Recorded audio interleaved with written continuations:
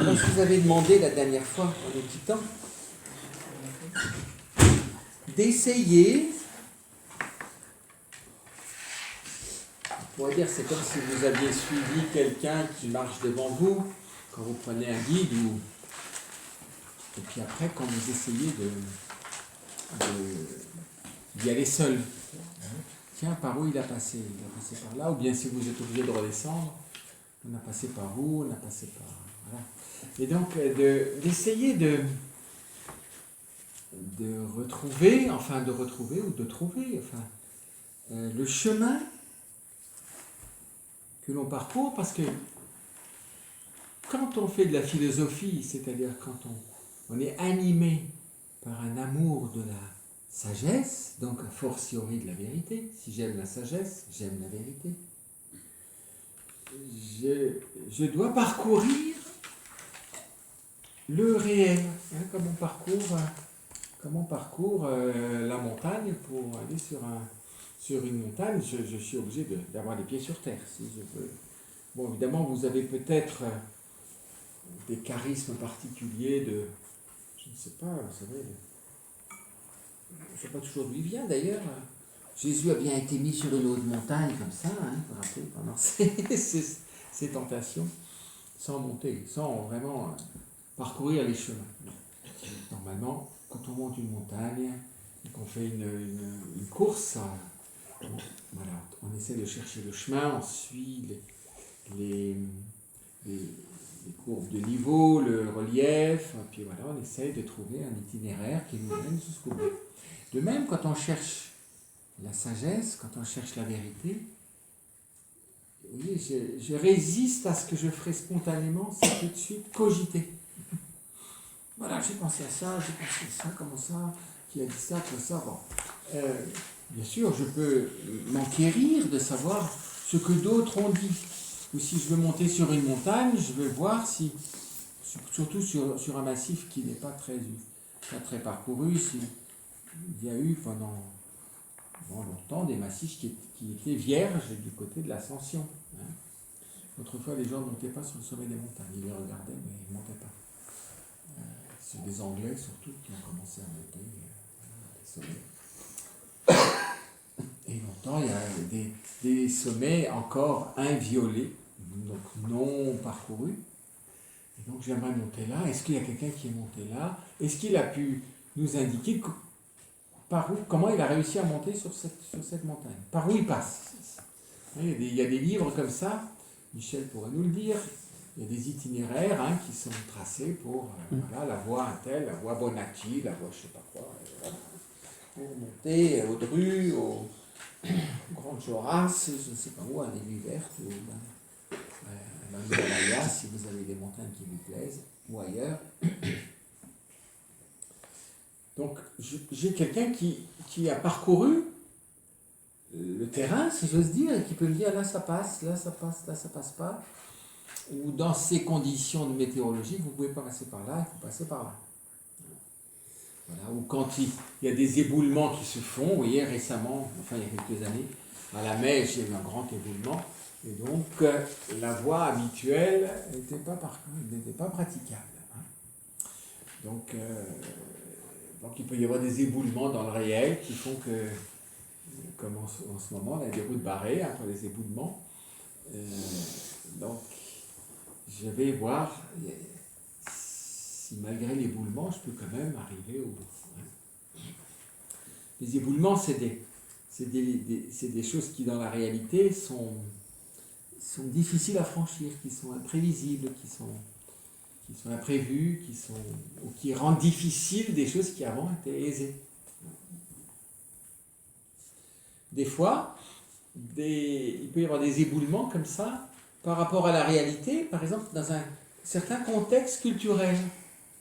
Ce qui était aisé avant, par exemple, de rester au réel, était aisé peut-être pendant un temps de relative paix, on pourrait dire à la fois intellectuelle et culturelle. Hein. Je pense, je ne sais pas, peut-être 12e siècle, 12e, 13e par exemple. Bon.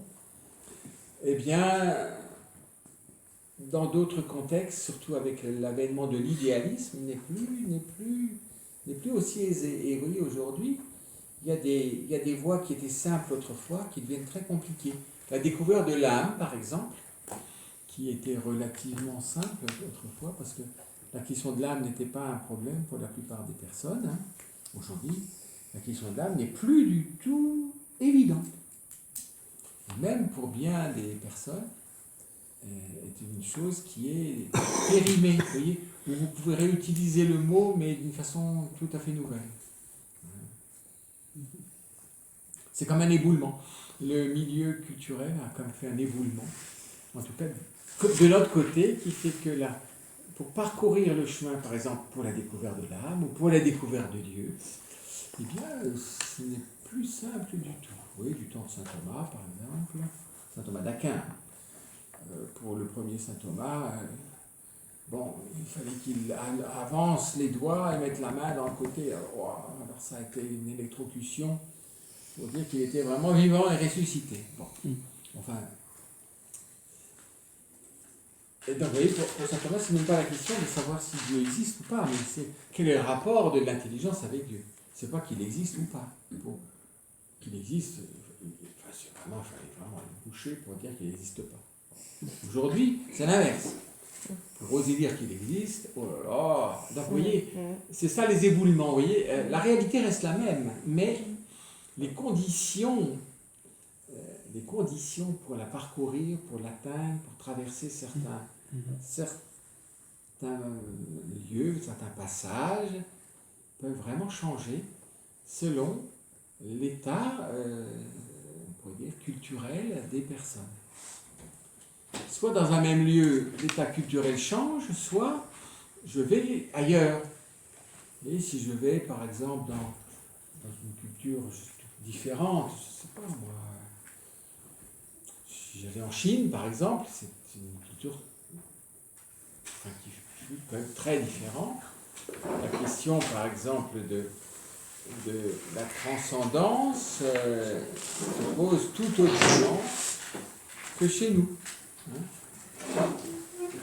Maintenant, avec le mondialisme, il y a une espèce de mélange des cultures, mais qui fait que tout est assez atypique, et qui fait que l'immanentisme oriental est largement arrivé en Occident, et puis en même temps, une philosophie qui a voulu s'affranchir de toute référence à Dieu, aussi en quelque sorte, en utilisant d'ailleurs les données de l'Extrême-Orient, a beaucoup de vogue. Si je pense à Spinoza, c'est un philosophe qui est très en vogue. Voilà. Tout ça pour dire que pour chaque génération, même si c'est, j'allais dire, le même terrain, la même montagne, la même réalité, pourtant, les conditions pour la parcourir et atteindre le sommet peuvent changer. Alors c'est une grande question, vous savez, critique. On a parlé de la philosophia perennis. Une philosophie pérenne, c'est-à-dire une philosophie qui est immuable.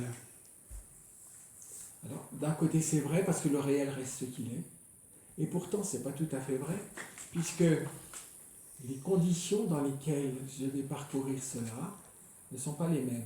Et en montagne, vous en faites constamment l'expérience. Si vous faites une course par très beau temps et en plein été, c'est différent que si vous faites par très beau temps et au cœur de l'hiver, vous avez toute la neige, par très mauvais temps en été et très mauvais temps en hiver.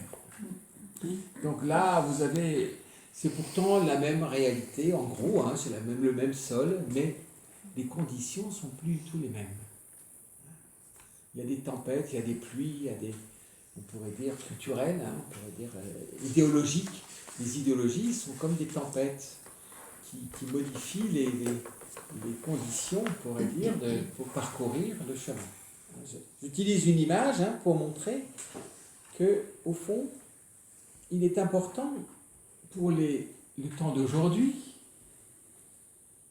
pour les hommes aussi d'aujourd'hui, pour nous-mêmes, puisqu'on est aujourd'hui, on n'est pas au XIIe siècle, hein, on n'est pas dans l'Antiquité, on n'est pas au IVe siècle avant Jésus-Christ, du temps d'Aristote. On n'est pas du temps de Platon, et puis on n'est pas encore dans les temps qui vont venir, dont on ne sait pas trop ce qu'ils seront, mais qui porteront la marque de ce que l'humanité aura pensé, fait depuis, et qui nous mobilisent pour toujours. Vous voyez, c'est beau d'ailleurs.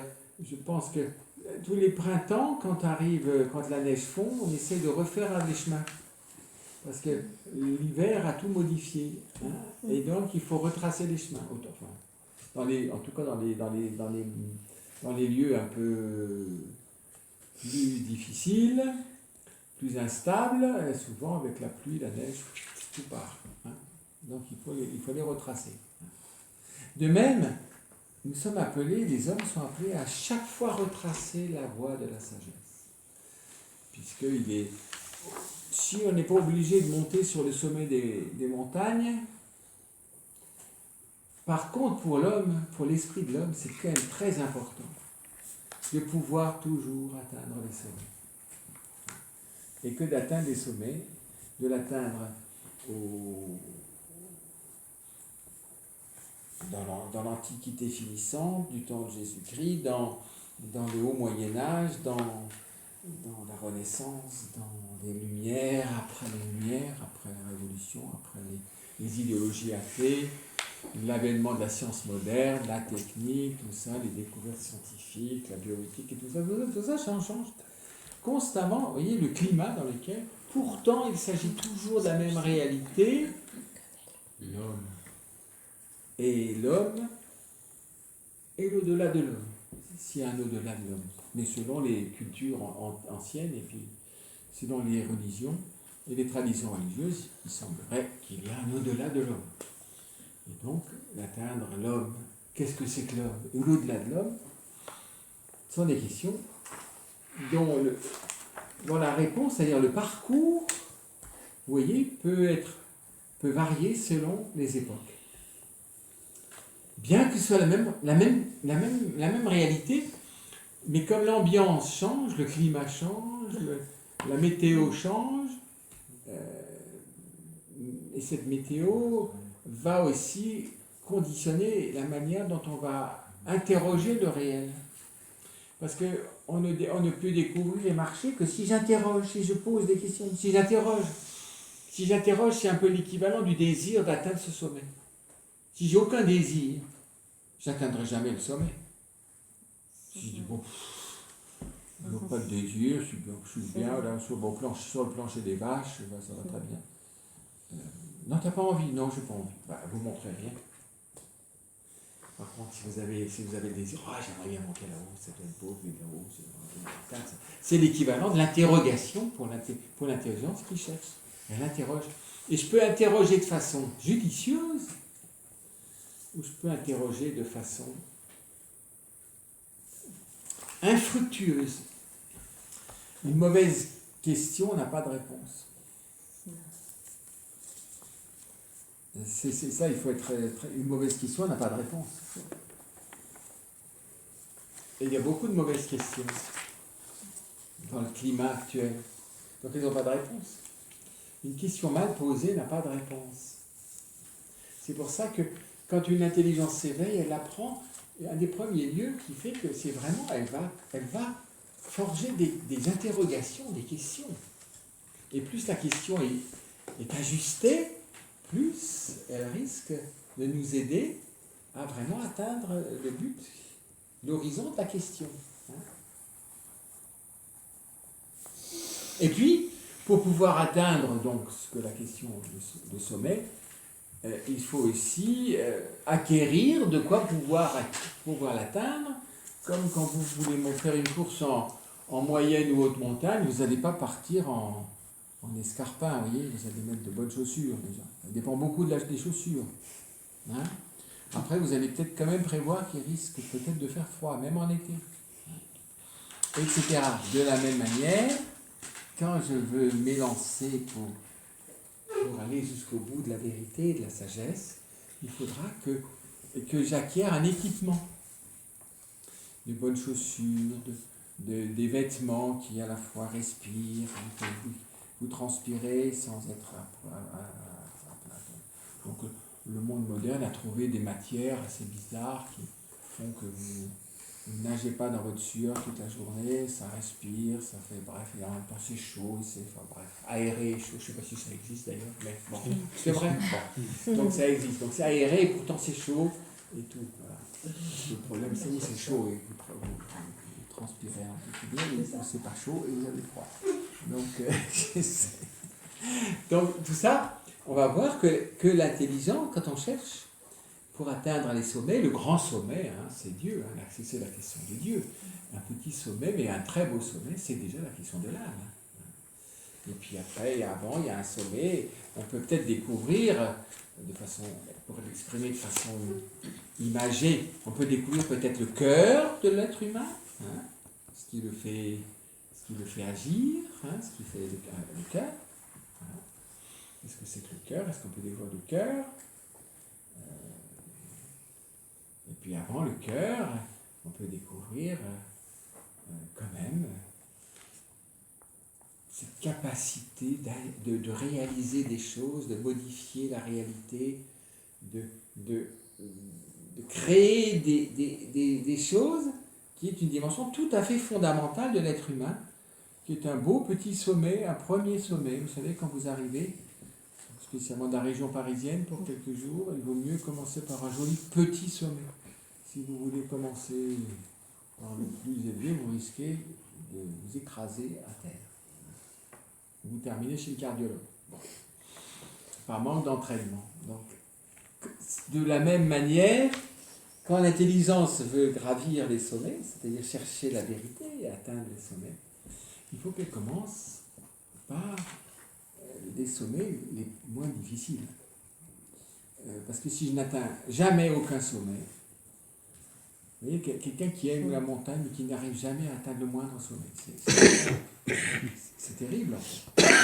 Tu es monté sur un sommet, tu n'as vu aucun. Mais pourquoi?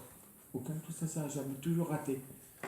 D'abord, j'ai commencé, je voulais atteindre un grand, et puis je me suis foulé les chevilles, et puis c'était fini. Bon. Et chaque fois, j'ai voulu viser trop haut, et j'ai jamais commencé par la petite montagne qui était belle et tout, et que j'aurais pu gravir. Mais je n'ai jamais gravi. De même pour l'intelligence. Il faut que je parte du réel le plus accessible. Et que je puisse faire l'expérience d'avoir gravi un sommet. Le premier sommet. C'est pas à 5000 mètres, ni à 4000, ni même à 3000. On va dire que c'est quoi? 2000. Entre 1800 et 2000, c'est quand même déjà. C'est plus la montagne totalement à vaches, parce qu'on n'aime pas être au milieu des vaches, mais c'est pas encore là-haut. Et c'est ce que nous avions essayé de chercher. Nous avons exploré la première montagne, qui ne demandait pas un très grand entraînement, que tout le monde pouvait gravir, parce que tout le monde a cette expérience. L'expérience de réaliser quelque chose, d'avoir réalisé quelque chose. Vous voyez qu'il y a des fois des personnes qui ont l'impression, il faut les aider des fois à relire leur vie, qui ont l'impression d'avoir jamais rien réalisé. Et vous savez combien ça peut marquer psychologiquement, très profondément quelqu'un. Pour la confiance en soi, pour la juste estime de soi. Si j'ai jamais rien réalisé,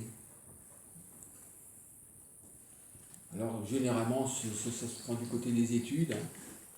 Donc t'as raté ça, t'as raté ça, t'as raté ça, t'as fait ça, bon, rien réalisé. Alors on s'est dit oui, mais enfin la réalisation c'est peut-être pas que les études. Peut-être que c'est mal parti dans les études, pas parce que tu n'es pas capable de faire les études, mais peut-être parce que c'était mal fait. Donc ça, on verra ces spécialistes là parmi nous pour rectifier, pour qu'on puisse quand même réaliser quelque chose. Mais quand même, regarde bien, on va voir ensemble. Tu es sûr que tu n'as vraiment jamais réalisé. Et puis on va à la recherche de ce que quelqu'un a pu réaliser, qui n'est peut-être pas quelque chose que le monde reconnaît comme étant significatif, mais j'ai quand même réalisé quelque chose. Et c'est pour ça que dans l'éducation, vous me direz si je me trompe, c'est important de faire toucher à un enfant des moments clés où il a comme atteint un sommet, il a réalisé quelque chose, il a acquis quelque chose. Ça, c'est quelque chose d'extrêmement important. Parce que c'est comme gravir un sommet. Alors c'est vrai au niveau pratique, des mains, d'avoir inventé quelque chose, d'avoir réparé quelque chose. Je sais pas, il y a des gens qui sont doués comme ça pour la mécanique. Alors, la première voiture qu'ils ont réparée, c'est quand même quelque chose, elle ne marchait plus. Et puis, alors j'étais tout petit, j'étais jeune et tout ça. Papa ne savait pas quoi faire devant la voiture. Moi je me suis lancé. Il m'a laissé ouvrir le capot et tout, j'ai commencé à regarder. Et puis voilà, j'ai redémarré. C'est quand même quelque chose. Hein? J'ai réalisé quelque chose, j'ai réparé quelque chose. Moi, je me souviens quand je me suis fait bien engueuler d'ailleurs ce jour-là, mais c'est quand même des bons souvenirs. Vous savez, quand vous apprenez quelque chose, alors, durant mes études de médecine, on apprend des choses, mais généralement quand on va après en stage à l'hôpital, généralement on ne trouve rien, comme c'est dit. On ne voit pas non plus les choses se réaliser réellement. Très bon. À l'époque, la question des gestions n'était pas si aiguë, donc les gens restaient pendant 15 jours dans un lit, puis après, bon, vous pouvez repartir. J'étais toujours en train de me demander quelle était la plus-value entre l'arrivée et le départ. Quand les maladies étaient un peu chroniques, c'était pas très évident. C'était pas... Bon. Mais alors, quand vous êtes en garde, et généralement, là, c'est déjà plus intéressant. Des fois. Et je me souviens, arrive un enfant comme ça, avec ses parents, l'après-midi, comme ça, puis il avait mal au coude, il pouvait plus faire. Bon, oh là là, qu'est-ce qui s'était passé? J'ai dit, qu'est-ce qui s'est passé? Bah oui, mais je crois que c'était le papa qui avait soulevé son enfant comme ça, et puis bon. Et j'ai dit, ouh, ça c'est intéressant. J'ai regardé, il y avait rien. Voilà. Et puis voilà, je l'ai fait faire un mouvement comme ça, puis le coude est revenu dans ses affaires. Et c'était voilà, une luxation qui est remise. Et j'étais très content. Arrive l'interne, c'était externe d'ailleurs. Arrive l'interne et je me fais engueuler. Donc, il fallait faire ça, il fallait appeler le truc aussi, et puis voilà, et puis surtout rien faire soi-même. C'était extraordinaire. C'était donc une guérison pirate qui m'a donné la joie finalement de une luxation qui passait sans problème. Et alors, on paraissait un vrai magicien. Parce qu'ils sont repartis 5 minutes après, l'enfant, gentil, joué de nouveau. Bon, c'était imprudent,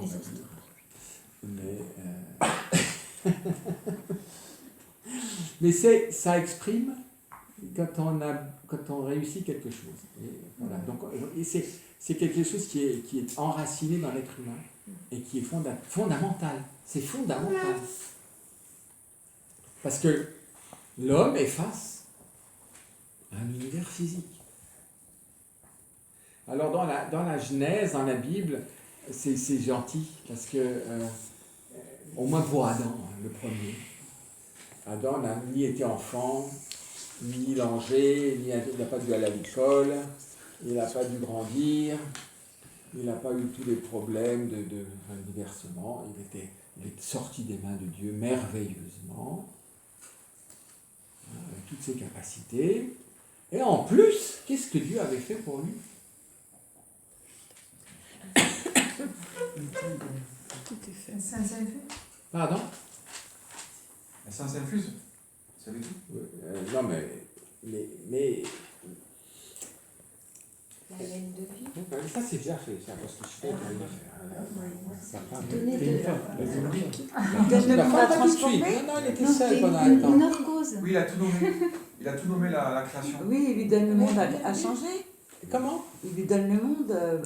Comment il lui donne le monde? Ben, Exploiter la terre. Donne le monde. C'est le deuxième ici. Dans un jardin. Voilà, un jardin. Un jardin, vous avez déjà vu un jardin dans la nature? Non. Pas tout à fait. Oui, des fois. Non, quand vous faites un jardin, vous imitez la nature, sauf que, quand même, un jardin, c'est une nature adaptée à l'homme. De telle manière que l'homme puisse quand même vivre à partir...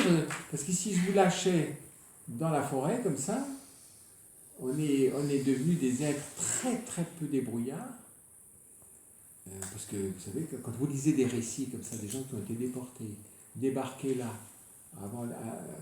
en novembre, au bord, je sais pas où, de la Volga, ou je sais pas où, et puis après il faut vivre. Rien, pas une maison, rien. Comment survivre? Bien, vous voyez que Dieu a mis l'homme, si j'ose dire, dans un milieu, mais ce milieu, il est fait pour l'homme, mais à moins que ce soit Adam qui a reçu le jardin, clé en main, vous comprenez qu'il y a un enjeu fondamental, c'est que je suis appelé à travailler ce monde, travailler la matière, diverses ou variées, la terre, le bois, la pierre, et alors le feu, où vous voyez le feu? Pas souvent. Vous pouvez peut-être voir un éclair, ça ne dure pas longtemps, hein, essayez de récupérer le feu avec l'éclair. Je pense que c'est vous qui y passerez. Hein, comme sur les drues. Donc, la question du feu, c'est quelque chose de pas ça, parce que vous ne voyez pas souvent du feu. Hein. C'est pas parce qu'on a la flamme de Bethléem, c'est une flamme de Bethléem, hein, vous avez parlé. Ouais. C'est vrai, mais vous voyez, le feu, il est sauvage, il est gentil là, regardez. Mais vous vous rendez compte? Mais il y a 12 feux. C'est pour ça la conquête du feu, c'est pour ça que c'est un mythe, c'est des mythes par rapport au feu. Donc par le feu commence la puissance, vous voyez? Le mythe de Prométhée, hein, c'est de voler le feu aux dieux. Sinon, il faut les silex, les petites étincelles, là, ça se campisse. Alors peut-être qu'il arrive qu'en plein été, avec je ne sais pas quoi, qui se réfléchit sur ça, peut-être que l'air prend feu. Ah, l'air prend feu. Ça peut arriver, ça, en Provence. Il y a des éclats de verre. Mais alors peut-être qu'un bout de pierre qui serait comme ça, un éclat, pourrait peut-être... Voilà, le feu. Mais pour vous dire que l'homme est devant un milieu qu'il est appelé à agir sur lui, à le transformer, avec des moyens qui sont présents, mais pas toujours accessibles. Je ne sais pas s'il y avait un feu, s'il y avait une boîte d'allumettes Seita ou je ne sais pas quoi, dans le jardin, pour Adam, je ne crois pas. Bon, comment le feu, il mangeait tout cru. Donc, et si j'écoute Saint-Hildegarde, il vaut mieux cuire un petit peu pour l'être humain. Donc il faut un peu de feu pour aider le feu naturel, intérieur. Donc, vous voyez, hein, c'est dire que l'homme est appelé à prendre possession, si j'ose dire, et à transformer l'univers physique, la matière qui est présente à lui dans ce monde. C'est pour ça que cette capacité de travailler la matière, de transformer la matière, d'imaginer des objets, des outils, de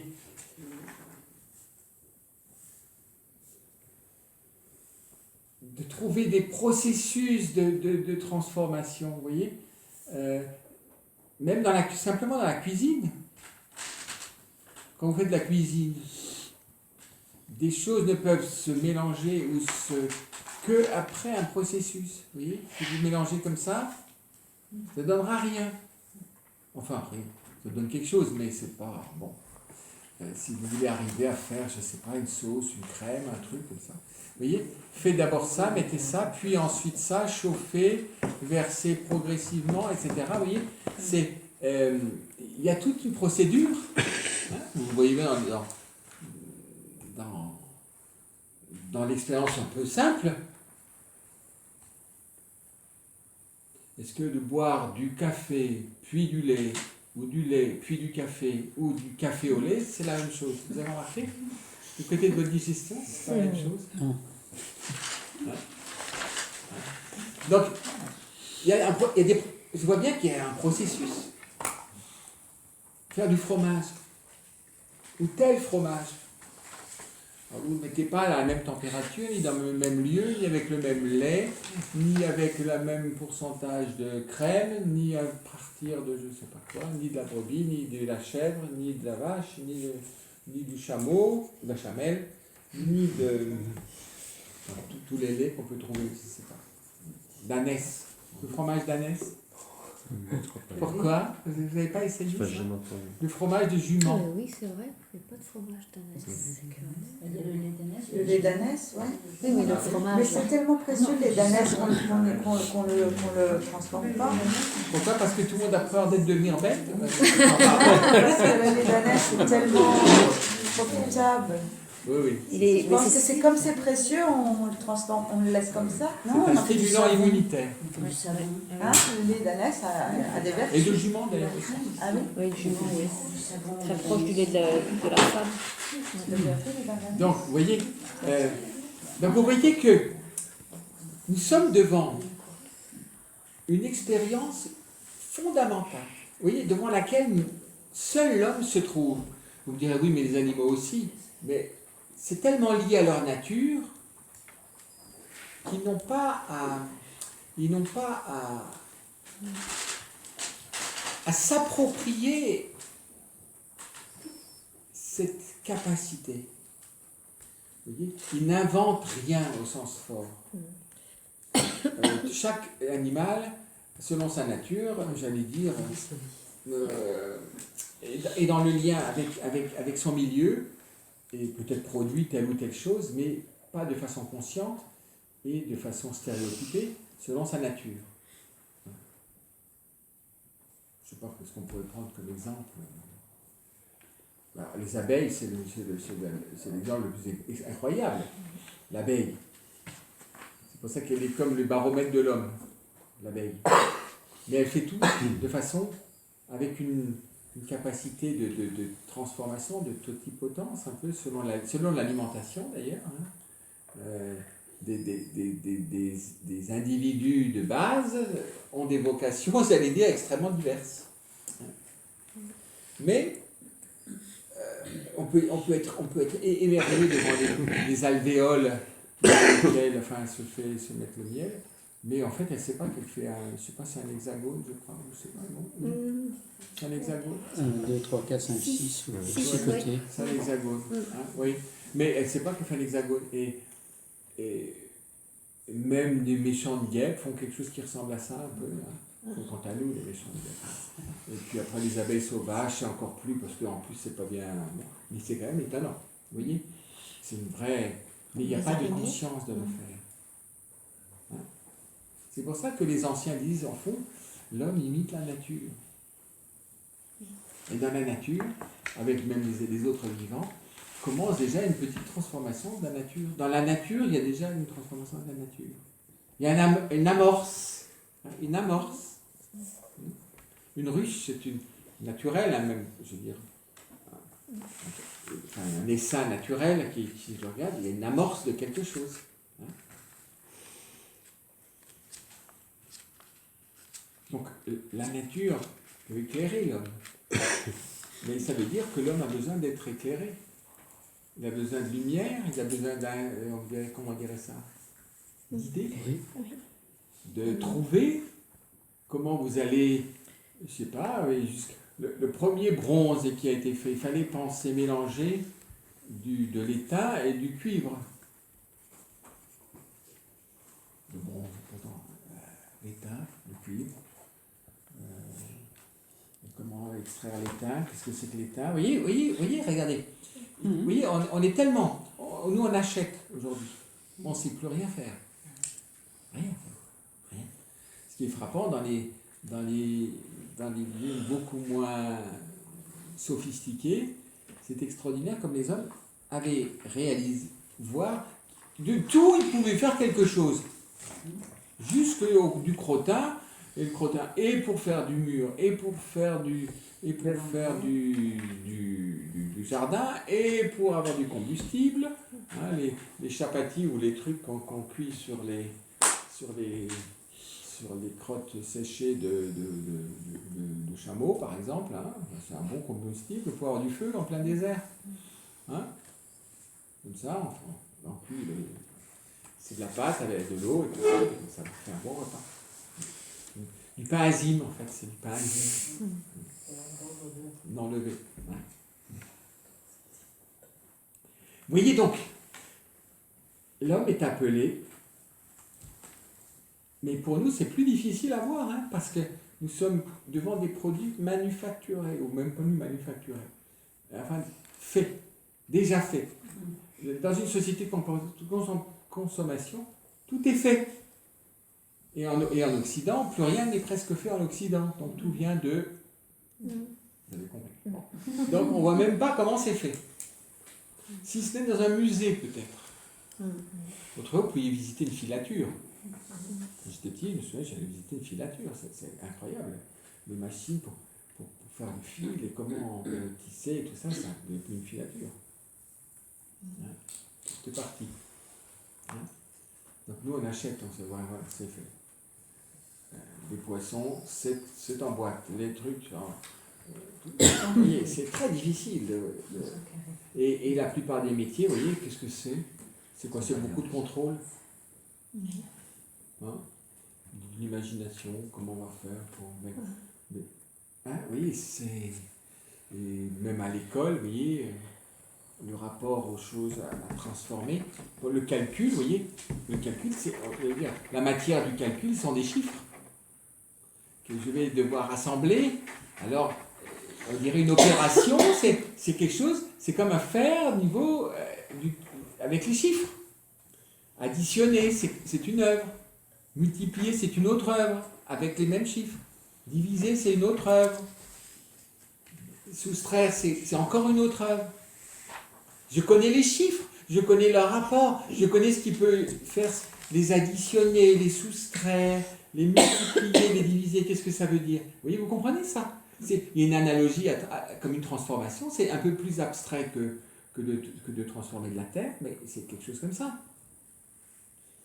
De même, quand je vais écrire, faire des phrases, hein, c'est une œuvre, avec certaines règles. C'est comme si vous voulez construire avec des briques, si vous mettez toutes les briques les unes sur les autres, le mur va s'écrouler. Il faut les mettre en quinconce, enfin il faut les mettre comme ça pour que ça tienne, ça soit... Vous voyez, tout ça, regardez, on a tellement l'habitude qu'on ne se rend pas compte de cette dimension fondamentalement humaine. On est vraiment dans les fondations de la vie humaine, avec cette nécessité et aussi cette capacité, et des fois le génie, de transformer le milieu dans lequel je me trouve. C'est pas facultatif. Si l'homme ne transforme rien, alors on pourrait dire les nomades auraient tendance à faire ça, mais donc de vivre un peu de ce qui existe et de vivre de ce que les animaux font sur les endroits où ils sont, donc du lait, voilà, et puis vous voyez, les nomades, il y a peu d'engagement dans la transformation immédiate. Mais il faut faire des attelages, il faut faire transporter les choses, alors qu'il faut aussi fabriquer des paniers, des machins comme ça, vous voyez. Donc, même dans les choses nomades, l'homme doit apprivoiser l'animal. S'il n'est pas apprivoisé, qu'est-ce que vous voulez faire? Vous ne ferez rien avec cet animal, il faut l'apprivoiser. C'est une transformation d'une matière vivante. Quand vous apprivoisez un animal, si vous voulez faire quelque chose avec un chameau sauvage, essayez.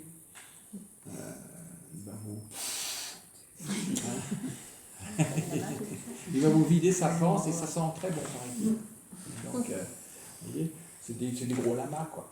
Etc. Donc, quoi qu'il arrive, même dans les choses nomades, et alors il faut des tentes, il faut des... Vous voyez, alors, si vous voulez boire un peu du thé ou de je ne sais pas quoi, il faut que vous ayez un récipient. Alors vous pouvez avoir gardé une vieille carcasse de noix de coco, mais après vous allez... Alors vous avez des services à thé sous la tente, même anciennement, c'est souvent très joli. Et mais il sort d'où ce service à thé? Vous l'avez trouvé sous le... Pour chauffer l'eau, ensuite mettre le thé dans l'eau chaude, ensuite verser dans des tasses, et puis si possible peut-être essayer de le prendre ensemble. On n'est pas obligé de laper le thé dans la théière et tous partir, parce que maintenant j'ai bu, tant pis, voilà. Ben non, comme il faut boire, on va se réunir autour du thé. Et c'est un moment, comme disait ma mère, c'est le meilleur moment de la journée. Elle disait, on ne sera plus jamais ensemble avec le même âge. Donc c'est l'instant. On ne sera plus jamais ensemble au même âge. Tout ça pour dire, vous voyez, que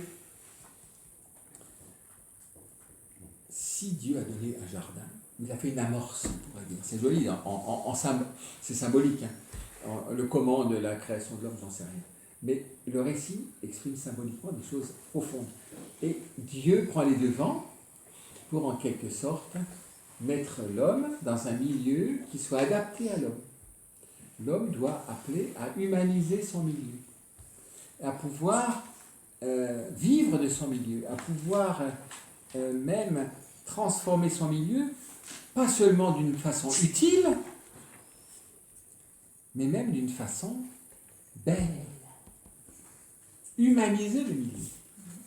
Ça, c'est des grandes questions. Est-ce qu'aujourd'hui, on humanise le milieu qu'on transforme?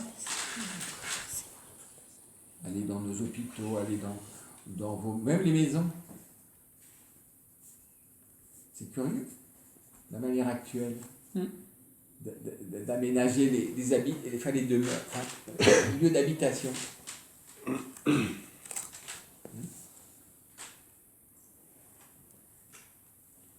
On peut regarder aussi ce que l'homme fait du côté de l'art, de sa création artistique. Et les créations artistiques sont assez représentatives de l'état intérieur, un peu d'une civilisation, d'un groupe humain, qu'est-ce que nous fabriquons, qu'est-ce que nous faisons, qu'est-ce que nous créons, qu'est-ce qui exprime l'homme dans ses créations. C'est pas tellement de savoir si ça me plaît ou ça me plaît pas. D'ailleurs, quand je regarde les créations artistiques contemporaines, qu'est-ce que je peux lire au fond?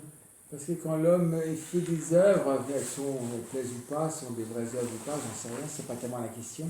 Mais en tout cas, l'homme exprime quelque chose qui se passe dans son cœur, dans son âme.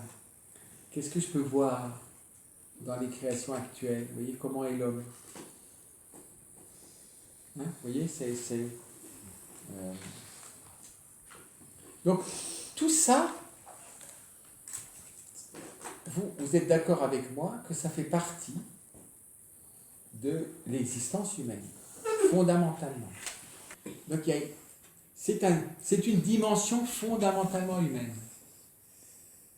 Vous voyez que si je veux découvrir qu'est-ce que c'est que l'homme, il faut que j'arrive à avoir une intelligence de cette dimension fondamentalement humaine, de réaliser quelque chose, de fabriquer quelque chose d'utile, de fabriquer quelque chose de beau, de concevoir quelque chose, de créer quelque chose. Et je vois que dans tout ce processus, c'est quelque chose d'extrêmement complexe. Il y a la matière première, il y a le processus de fabrication. Je vous ai dit, si je fais les choses dans le mauvais ordre ou avec des composants qui ne sont pas les mêmes, vous n'aboutirez à rien. Mais qu'est-ce qui fait que je choisis cette matière, que je prends ce processus de fabrication? D'où ça vient tout ça? Vous voyez? Qu'est-ce que c'est que de créer quelque chose, que de réaliser quelque chose? Et vous voyez comment naît l'interrogation. voyez qu'il y a une interrogation. Qu'est-ce que c'est que de réaliser quelque chose? De quoi s'agit-il? Qu'est-ce que ça me révèle de l'homme? Qu'est-ce que je vais découvrir de l'être humain, de la personne? Qu'est-ce que vous diriez? Quelle intelligence vous avez de cette capacité que nous avons de créer quelque chose, de fabriquer quelque chose, de réaliser quelque chose? Comment vous pourriez me dire? Nous avons l'expérience pratique, peut-être, vous voyez, mais je n'en ai pas l'intelligence de cette réalité même, de cette dimension propre à l'homme, quand l'homme devient un petit créateur, quand l'homme peut transformer la création, en fait, le milieu, quand l'homme peut concevoir quelque chose. C'est quoi la question, excusez-moi? Je vous dis, la question, elle doit surgir. Oui. Alors, vous pouvez nous redire Si je crée trouve avec la question sagesse ou pas?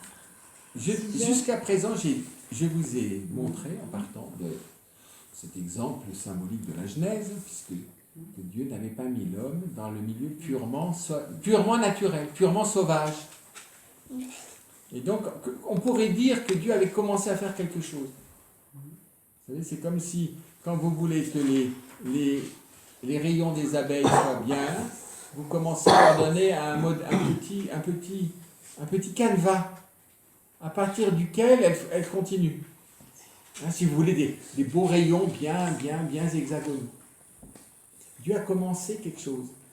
Il l'a mis dans un jardin. Hein? Ça veut dire qu'il est en train de dire à l'homme que je te remets la terre, je te la remets, mais tu vas pouvoir prospérer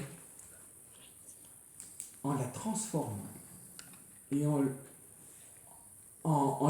à travers elle de pouvoir exprimer, transformer, interpréter, révéler la profondeur de ce qui est présent dans ce milieu dans lequel je te mets. Vous voyez? De quoi il s'agit dans cette expérience humaine? C'est là que, vous voyez, j'ai décrit les différents aspects présents dans cette expérience. Maintenant, on va en avoir l'intelligence.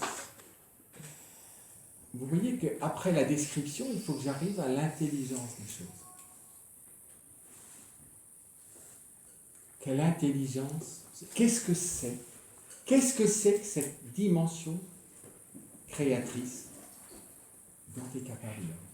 Transformatrice, d'inventer des choses, de fabriquer quelque chose, qui lui soit utile ou qui soit en beauté. Oui. D'imiter la volonté de Dieu.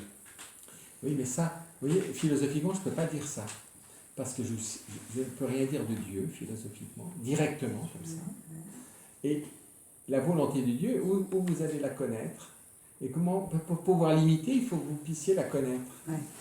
Ça, ce que vous dites là, c'est quelque chose de sagesse qui vous vient de la foi. Mais maintenant, en philosophie, je ne parle pas de la foi, je parle de la réalité. Une des Alors. créateurs. Pardon. Oui, mais qu'est-ce que ça veut dire? Vous voyez, jusqu'à présent, j'ai décrit. Et j'ai montré les différentes phases, les différents aspects sous lesquels j'ai cette expérience de réaliser quelque chose. C'est quand j'aurai l'intelligence de ce processus que je pourrai, par analogie, dire, au fond, il y a un artiste majeur qui est le créateur et Dieu. Hein? Oui. L'inspiration. Alors, ça c'est encore dans la description, vous voyez bien que c'est la question de l'inspiration ou de la non-inspiration. Alors, vous pouvez souvent faire l'expérience que je ne suis pas inspiré. faire quelque chose un jour où on n'est pas inspiré, c'est difficile. Vous devez écrire quelque chose, je ne suis pas inspiré. Il faut faire une rédaction autrefois, je ne sais pas si ça existe encore ça. Bon. Le but c'est un peu de rédiger, rédaction. Hein. Faire une rédaction. Mais il faut avoir un peu une petite inspiration. Qu'est-ce que c'est que ça? Vous voyez, là c'est intéressant parce qu'on voit que c'est quelque chose d'assez essentiel. Parce que s'il n'y a pas d'inspiration, est-ce que je pourrais faire quelque chose? Hein? Donc là, vous voyez, si je veux avoir l'intelligence de cette expérience de réaliser quelque chose, je vois que il y a quelque chose qui est comme une source, sans laquelle, il n'y aura pas grand-chose. Donc en fait, on découvre qu'on est intelligent. Non, Non. pas directement. Qu'on est ou non inspiré. Ou que certains sont inspirés, peut-être pas moi, mais certains sont inspirés. Je peux le voir dans mon expérience, puisque je peux aussi visiter un musée. Les musées montrent les œuvres d'art, par exemple, hein, ou je peux visiter aussi un musée, mais ce n'est pas dépend d'œuvres d'art,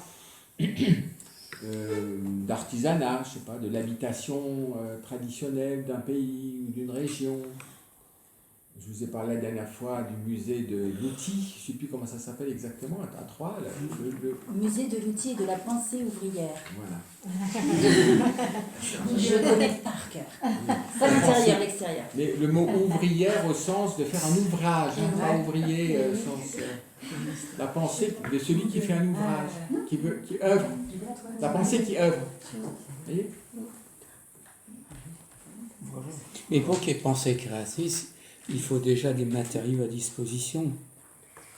Et ces matériaux à disposition... Attends, Michel, doucement. Parce que les matériaux, c'est la conséquence de la pensée des créatrices. Et ça vient aussi de ce qu'on appelle de voir ce que les autres avant moi ont fait. Parce que je vois ce qu'ils ont fait, en quoi ils ont fait, avec quoi ils ont fait, comment ils l'ont fait, où ils l'ont fait, etc. Donc nous avons l'expérience, nous ne sommes pas les premiers à faire quelque chose, à réaliser quelque chose, ni à transformer l'univers, ni à construire quelque chose. Vous voyez ? Nous avons une expérience de ce que d'autres avant nous ont accompli. C'est la peinture de Lascaux. L'homme, à cette époque, dessine, peint ces objets de chasse et voilà un témoignage. Alors ça, c'est une interprétation de ce qu'il a fait. Maintenant, je peux simplement dire, dans ces grottes, l'homme a peint C'est des scènes de vie. des scènes de chasse ou je ne sais pas quoi. Maintenant, pourquoi l'a-t-il fait? Qu'est-ce que ça veut dire? Autre question. Hein, donc, mais je peux partir de cette expérience-là. Oui? Je vais vous demander, vous dites, nous avons une expérience de ce que les autres ont fait. Ben oui. Mais comment on peut l'avoir l'expérience? Je fais que le constater si je ne l'ai pas fait. Mais ça fait partie de votre expérience. Je ne l'ai pas expérimenté, moi, si je fais que le Si constater. vous avez l'expérience des objets et des choses qui ont été réalisées avant vous. Quand vous arrivez dans le monde, vous n'êtes pas comme Adam. Ce que Dieu a fait pour Adam, vos prédécesseurs l'ont fait. Vous voulez faire mon expérience? C'est mon expérience que je ne fais pas comme ça. C'est quoi la définition? Mais vous voyez, vous utilisez, vous admirez, vous détestez C'est la vie. ce que d'autres ont fait avant vous. D'accord. Et même là où vous habitez, bon, si vous êtes dans une maison que vous avez construite, vous l'avez construite, mais si vous habitez dans une autre maison ancienne, c'est pas vous qui l'avez faite. Je suis dans une maison, c'était construit comme ça. Tiens, voilà. Tiens, le truc, les fenêtres sont comme ça. Vous voyez, c'est une expérience. Vous pouvez reformuler. Après, c'est un jugement de valeur, c'est un jugement d'utilité. Mais c'est une expérience de ce que les hommes ont fait et dans lesquels votre propre existence va s'enraciner. C'est pour ça que je ne suis pas le créateur premier. Et ce qu'ont fait les autres va me donner des idées. Soit je vais les imiter, soit je vais améliorer, soit je vais prendre un aspect puis je vais le changer, etc. Soit je vais regarder, tiens, ils ont fait ça comme ça dans cette région. Tiens. Et on voit bien d'ailleurs, avec surtout le commerce, l'échange des expériences, on pourrait dire, artistiques et artisanales se fait dans le monde. On ramène de Chine un vase machin. Voilà, et puis ça arrive à Versailles, et tiens, à Versailles, on commence à imiter, tiens, comment ils ont fait ça, oh là là, ce bleu, j'arrive pas, ce bleu de Chine, ce bleu faillant, je ne sais pas quoi, comment ils ont fait ça, qu'est-ce que c'est ça, alors j'essaye de... Vous savez, l'espionnage, ça commence comme ça, pour trouver les secrets de fabrication. Les Chartreux, pour leur liqueur, secret de fabrication. Il ne s'agit pas de mettre simplement ces plantes en... Comment, dans quel ordre, lesquelles, et quoi, et en quelle quantité, quand, à quelle température, etc. Vous voyez ? Si je veux comprendre ce qu'est l'être humain, il faut que j'ai une certaine intelligence de cette dimension de l'être humain, puisque l'être humain se révèle à travers cette réalité. Est-ce que le fait même de me poser des questions, parce qu'effectivement tout à l'heure je regardais ceci, et est-ce que le fait même de me poser des questions sur ceci, de me dire tiens, est-ce que ça c'est doux ? J'aurais bien envie de toucher, mais est-ce que c'est doux ? À quoi ça ressemble ? Est-ce que là je suis déjà dans l'expérience ? Le fait même de me poser des questions. Et je commence à explorer. C'est comme ça que fait l'enfant, d'ailleurs, quand il commence à explorer son monde qui l'entoure, il le découvre. Alors là, vous êtes face à des qualités élémentaires. Donc on peut aller un peu plus loin dans le sens, c'est doux. Alors je vais dire oui, mais qu'est-ce que c'est comme matière ? Comment ? Alors oui, mais ça se trouve que tout fait ? Non, je l'ai fabriqué. Ah oui, bon, mais comment tu fais ça ? Oui. Parce qu'en fait, si je me pose la question, est-ce que c'est doux ? Je suis peut-être déjà dans l'interprétation. Je ne suis. Non, vous êtes dans l'expérience sensible qui analyse les qualités propres. C'est doux, c'est froid, c'est rugueux, c'est... Donc si je me pose la question de qu'est-ce que c'est le verre, je me pose la question. Mais du coup, l'expérience des autres vient quand eux me disent que c'est un verre et que ça me sert à boire. Ou j'ai déjà vu du verre. J'ai déjà vu, mais l'expérience des autres vient dans le fait qu'ils me disent qu'est-ce que c'est. Ben oui, parce qu'il Mais à quoi ça sert ? parce qu'à moi, vous n'avez pas trouvé du verre comme ça dans la nature. Vous avez trouvé de la silice, de je sais pas quoi, des trucs, ou du cristal. C'est pas du cristal. C'est pas du cristal. Et donc, vous voyez, c'est fait. Mais c'est quoi ça ? Vous voyez ? Et pourquoi ça fait ça ? Et d'où ça vient ça ? Ça sert à quoi ? Ça sert à... Oui, vous voyez comment il faut oser devenir un peu... Revenir en fait à cette expérience d'une réalité qui, bien entendu, intègre des éléments naturels, mais qui n'est pas naturel en tant que tel. Même si c'est fait à partir d'éléments naturels. Ça, c'est un peu différent du plastique. Le plastique, c'est beaucoup plus... C'est plus loin des réalités naturelles que ça. Après, ils appellent ça du verre. Enfin, je ne sais pas quoi. Ça, c'est le langage. Bon. Mais je vois que c'est quelque chose qui a été fait par l'homme. C'est bien une transformation.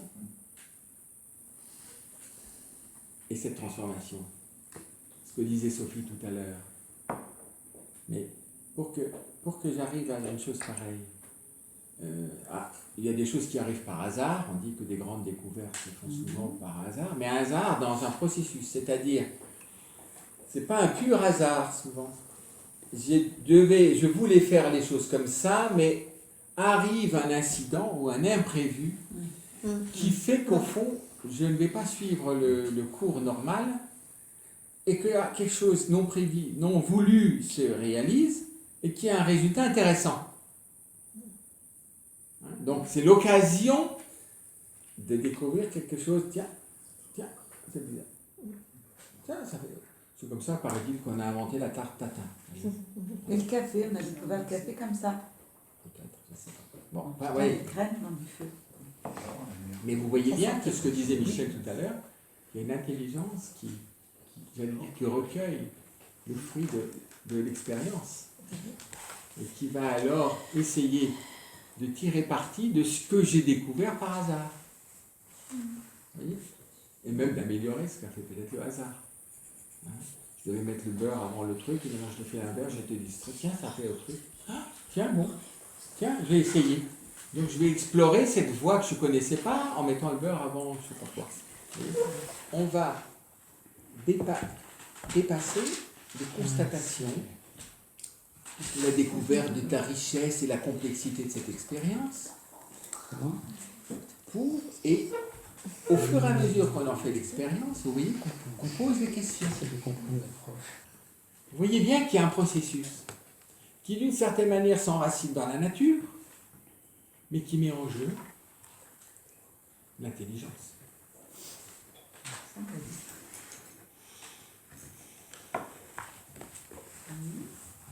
Vous partez aussi? Hein? À 12 heures. Oui, c'est toujours, c'est que la mi-temps, vous. C'est que là, on est obligé. Et donc, on va mettre de l'ordre dans toutes ces interrogations. Vous voyez, il y a beaucoup d'interrogations qui sont nées au contact même de cette expérience. Qu'est-ce que c'est? Pourquoi ça? D'où ça vient? Sur le modèle de quoi c'est fait? L'histoire du bol. En quoi c'est fait? C'est quoi? C'est du verre, c'est du plastique, c'est du... Donc on va essayer de mettre de l'ordre à travers toutes ces interrogations pour avoir l'intelligence même de cette expérience. Alors, je vais essayer de vous faire toucher. Je comprends que c'est pas facile de passer de la connaissance ordinaire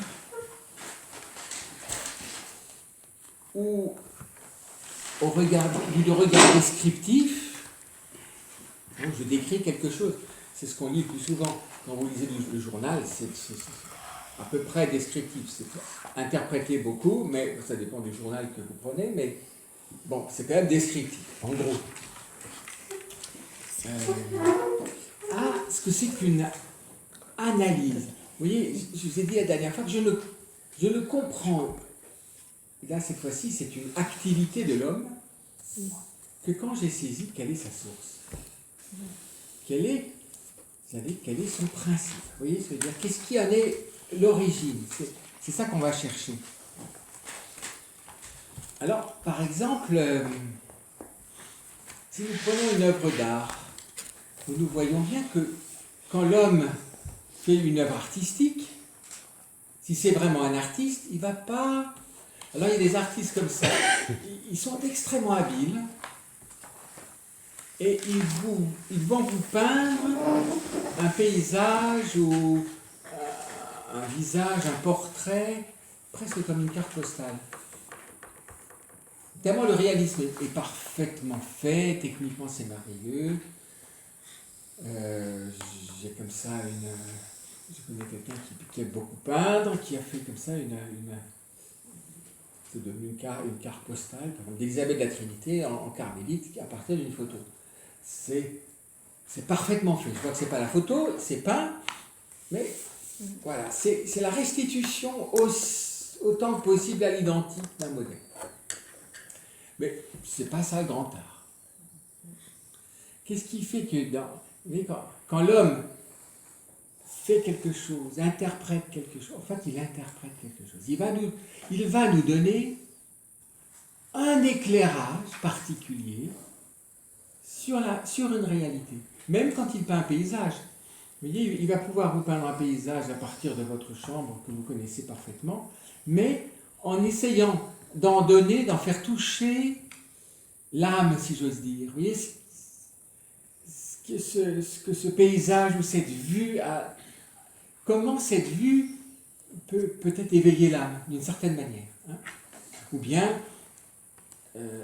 être l'expression on pourrait dire des conflits intérieurs, hein, de l'angoisse, des choses comme ça.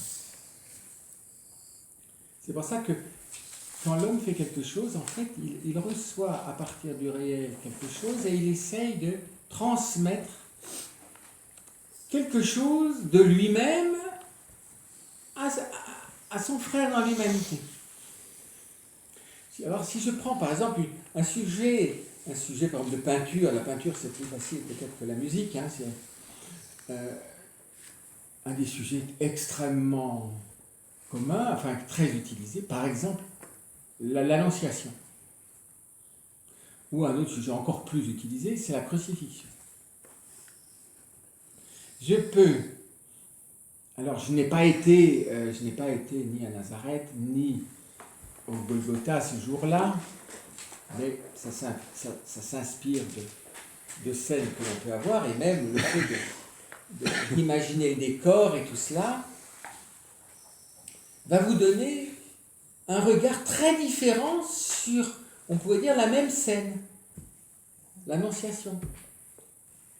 Entre l'icône traditionnelle, hein, byzantine, Fra Angelico, et dans Fra Angelico, il y a plusieurs annonciations. Et si je regarde d'autres peintres, et je peux regarder le Greco, et je peux regarder, etc., etc.,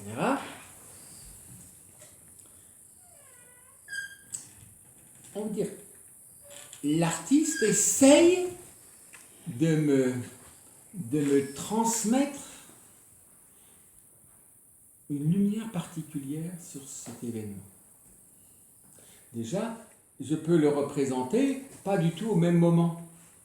Je peux le représenter, ce que fait l'icône byzantine, au surgissement de l'ange Gabriel. Marie est là, on la représente traditionnellement avec sa boîte à ouvrage, donc Marie, elle est une femme qui travaille, et donc elle n'est pas oisive quand arrive l'ange. Et c'est pas peut-être à l'heure de l'oraison qu'arrive Gabriel. Généralement, Dieu, quand il vient, il aime bien il vient quand vous êtes au volant, quand vous n'avez pas le temps. Oui. C'est pas toujours quand vous êtes à l'église qu'il va venir. Donc, en tout cas, on voit bien, elle a sa boîte à ouvrage et tout, elle est en train de travailler et tout. Bon. Mais le moment qui est donné, c'est le surgissement de l'envoyé de Dieu vers elle. C'est pour ça que c'est vraiment. Et à ces paroles, à cette salutation de l'ange, Marie fut toute bouleversée. Oui. C'est vraiment une initiative. Qu'est-ce que par exemple va montrer Lucas ? L'initiative gratuite, à la fois fidèle, mais gratuite et absolue de Dieu. Tout est une initiative de Dieu. Dieu surgit. Voilà la promesse s'accomplit. Vous voyez, c'est extraordinaire, parce que quand on voit ces attentes, même dans le cœur des païens, une vierge enfantera, c'est extraordinaire de voir comme l'homme qui réfléchit sur sa condition, s'il n'est pas orgueilleux, il va se dire, la résolution plénière du mystère humain ne peut pas venir d'un simple homme. Si quelqu'un doit venir sur Terre, il ne peut pas être d'origine humaine. Mais il va naître sur Terre. Donc, c'est la Vierge qui enfante. La Vierge qui enfante. Donc, elle n'est pas d'origine humaine. Cet enfant qui va naître n'est pas d'origine humaine. C'est fort comme signe.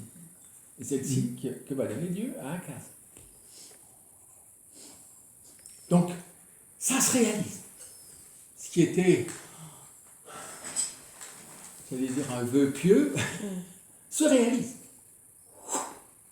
Et avec détermination. C'est Clémence Nicole, par exemple, tradition. Mais quand vous regardez Fra Angelico, par exemple, on n'est plus à ce moment-là, on est après. On pourrait dire l'ange qui est devant la créature élue par Dieu, qui va devenir la mère de son créateur. Ah oui, c'est fou. Alors là, c'est l'ange qui est à genoux devant Marie. il est là. Pourtant, il est un ange, donc il est ontologiquement beaucoup plus noble que cette pauvre femme. Aussi belle soit-elle, et jeune, et tout ce qu'on veut. Mais un être humain à côté d'un ange, dans l'ordre ontologique, c'est au-dessus. Alors là, c'est l'ange, là. Ou alors, vous voyez, dans les prédelles de Montesquieu, je sais pas, Monte Carlo, quelque chose comme ça. C'est pas Monte Carlo de machin. Vous voyez, vous voyez toutes ces ailes merveilleuses, et vous voyez l'ange. Il est content. C'est tout autre chose. Quand moi je lis l'évangile, je comprends quoi? Je me situe où? Qu'est-ce qui me frappe? Qu'est-ce qui m'éclaire? C'est pour ça que moi je suis pour le byzantin, moi je suis pour Frangelico, moi je suis contre ceci et moi je suis... Vous voyez, si c'est une image de la foi, une image de la foi, ça c'est l'icône. L'image de la foi, c'est le ciel qui vient à Marie. C'est pour ça que c'est le moment iconique. Mais si je vois, si je contemple alors le regard de Dieu sur Marie, comment Marie est l'épouse du Père, comment il lui confie son Fils, comment elle est là, celle qui est l'élue du Père. Alors là, c'est un autre regard. C'est un regard contemplatif, presque on pourrait dire de théologie mystique, qui va être là. Du même événement. Et si je vous montrais deux choses, on verrait comment l'artiste va avoir accès à ce qu'on pourrait appeler une source que lui seul sait, que lui seul connaît. Quand vous êtes devant une œuvre d'art, et surtout alors devant l'art abstrait, quand vous allez visiter une exposition d'art abstrait, vous vous jetez sur le papier qui est à côté pour savoir ce que c'est. Ce qu'il a voulu dire. Il y avait 3 taches vertes. Et puis voilà. Ah, bon, t'as vu quelque chose d'écrit? Ah oui, bon. Les larmes de crocodile. Bon,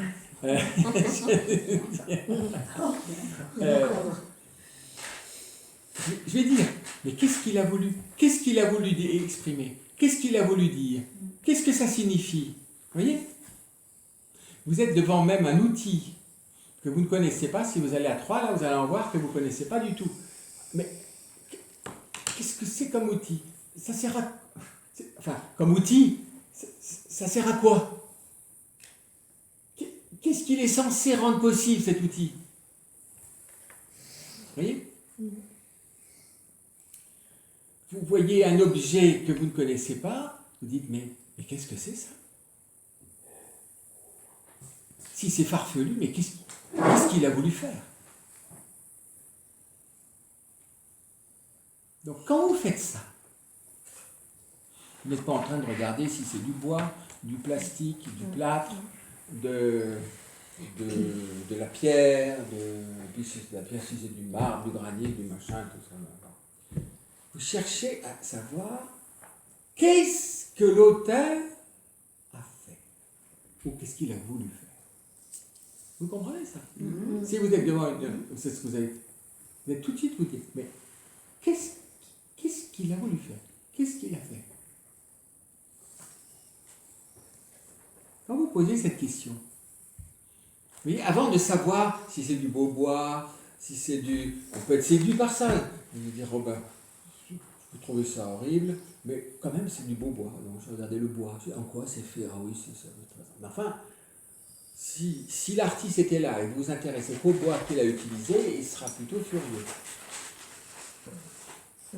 Il n'y a que la matière utilisée. Alors vraiment félicitations pour la matière choisie. C'est déjà bien, hein, mais...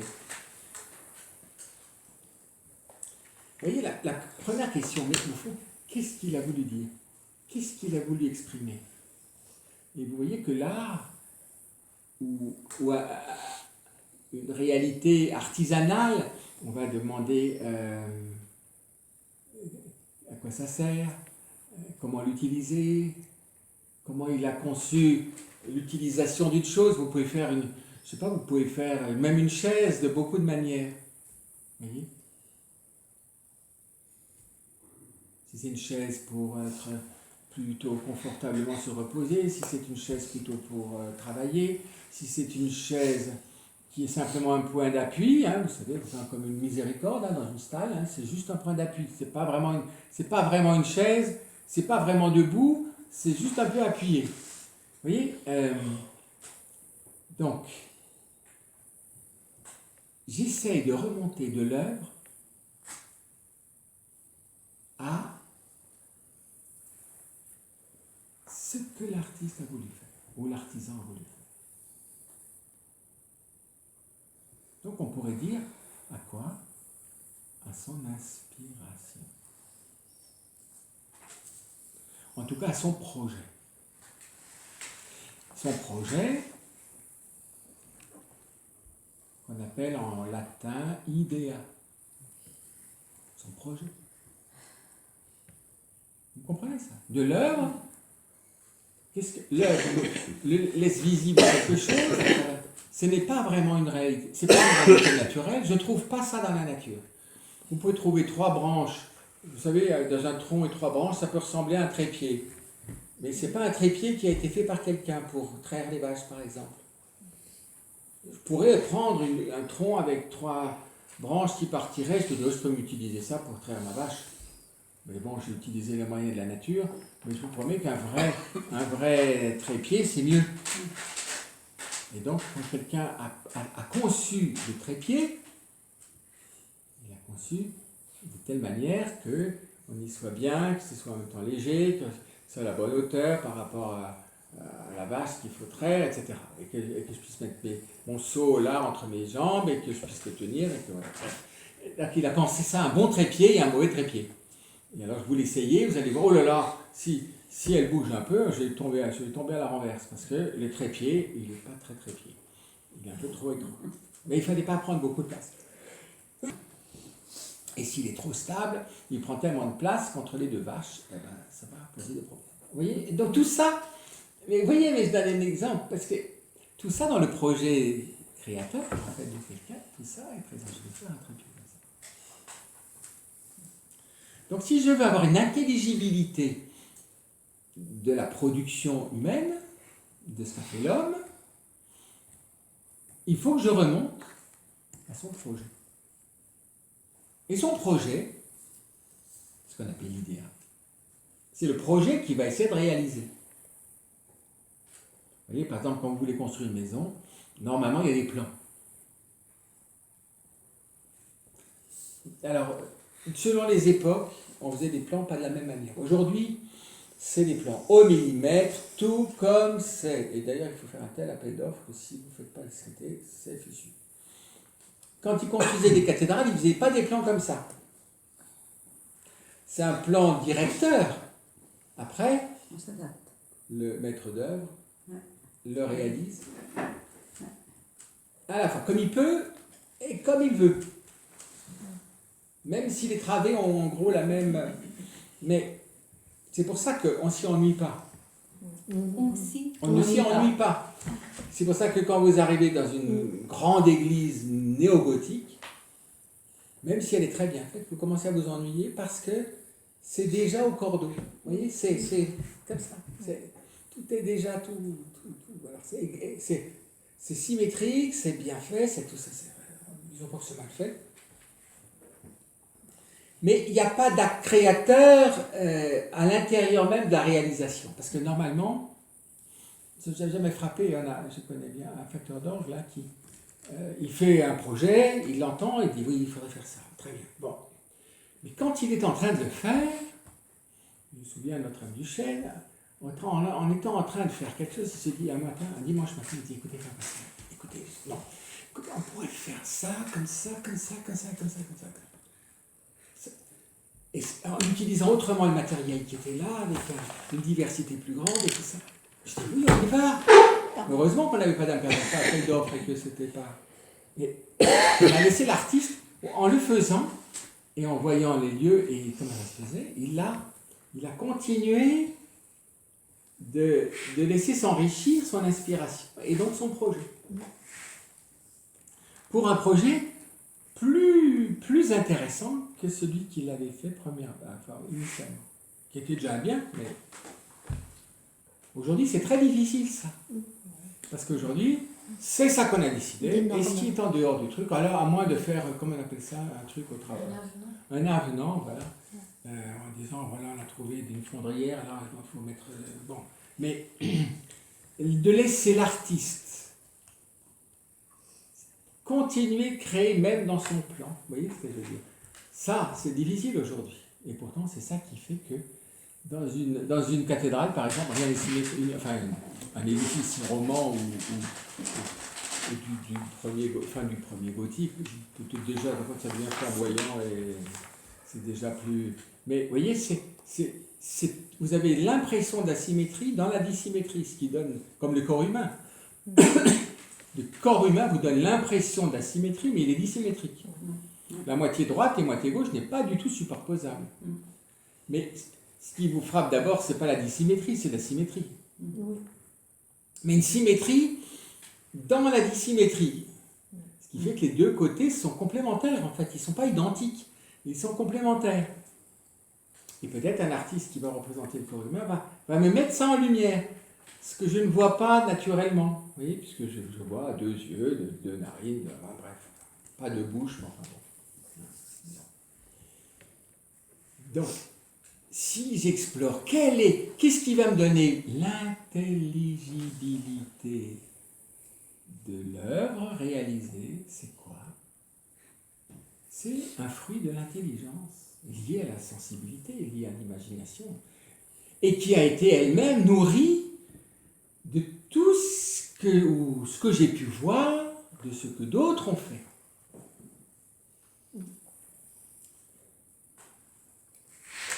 Vous savez, on est comme des hachés sur le sycomore.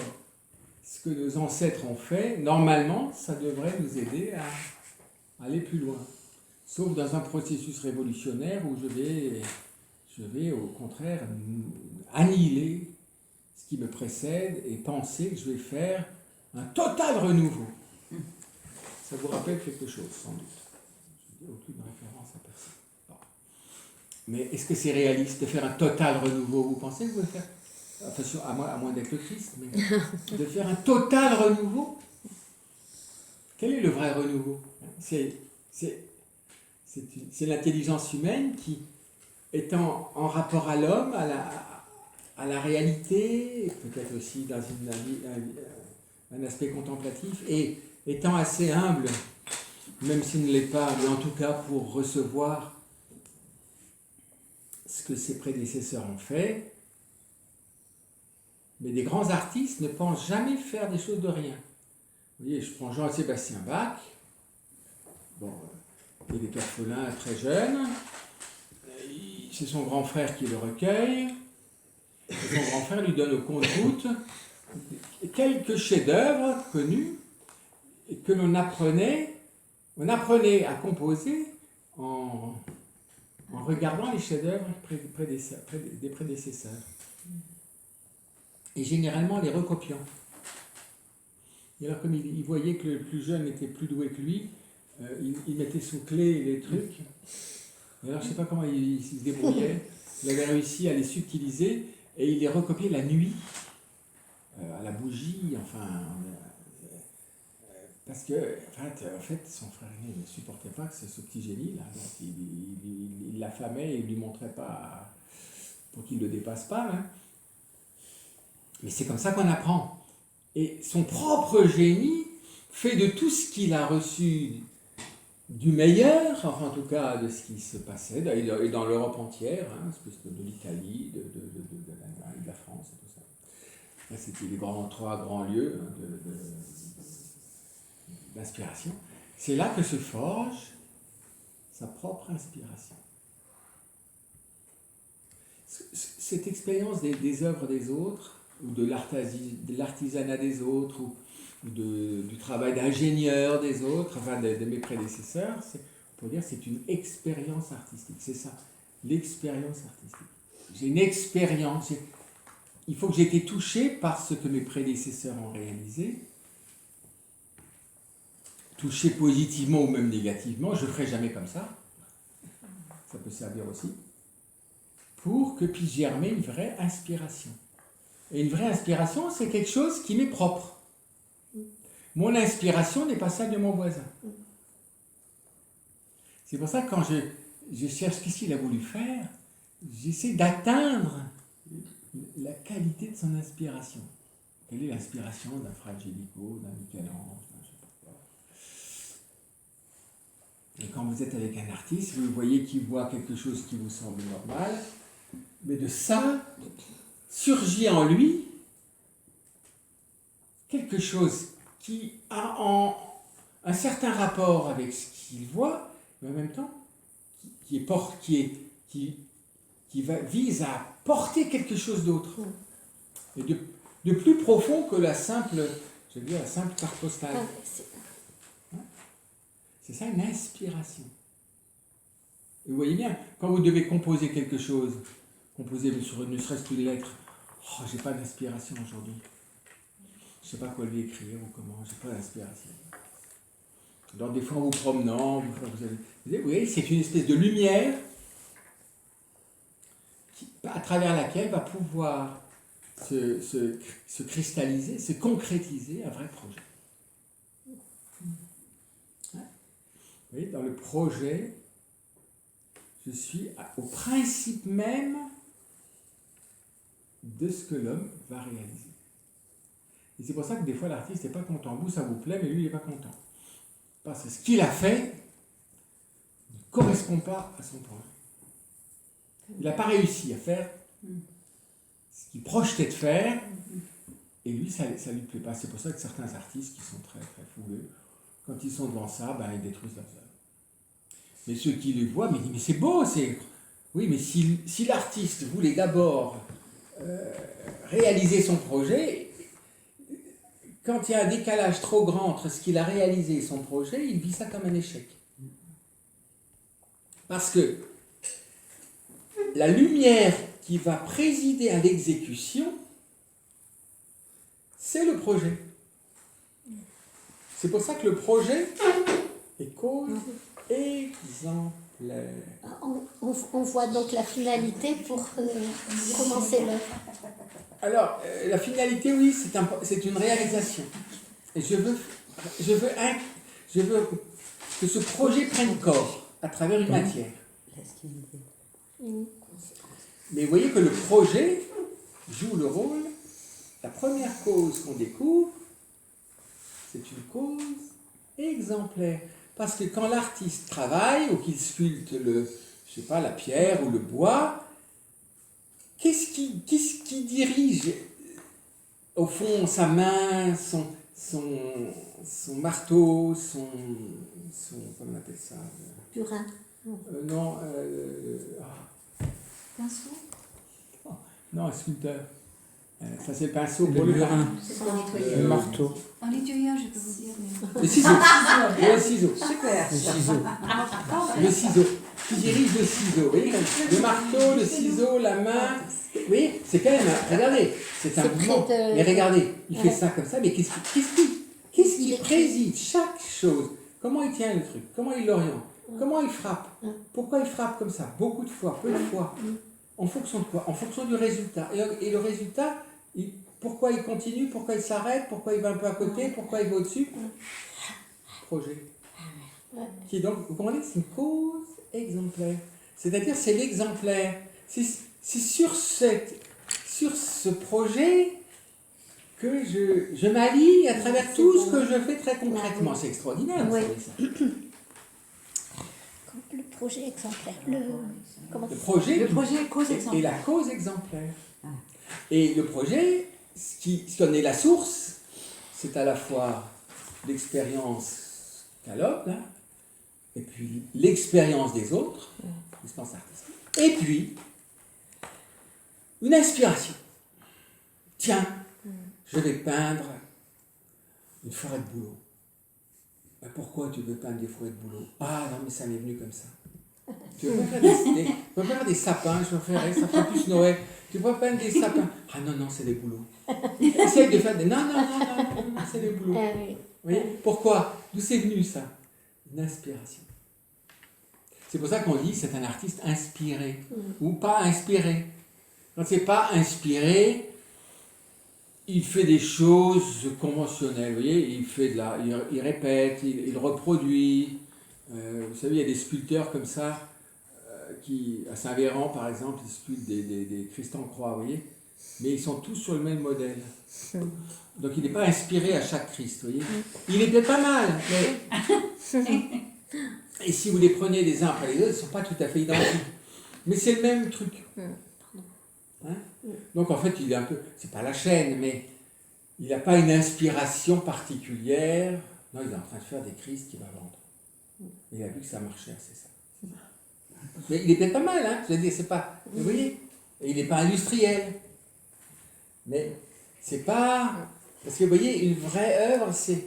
Il y a quelque chose d'original qui vient de la qualité de l'inspiration, qui n'est pas de reproduire ce que j'ai déjà vu, et même si on voit les peintres italiens, par exemple, ils sont tous inspirés les uns des autres, mais en même temps, chacun, plus ou moins, fait une œuvre originale, à partir de l'inspiration qu'il a, de sa technique, bien entendu, mais aussi, surtout de son génie. C'est-à-dire, et ça, là, c'est l'inspiration qui va faire que le projet, alors, a une qualité particulière, une harmonie particulière, une unité particulière.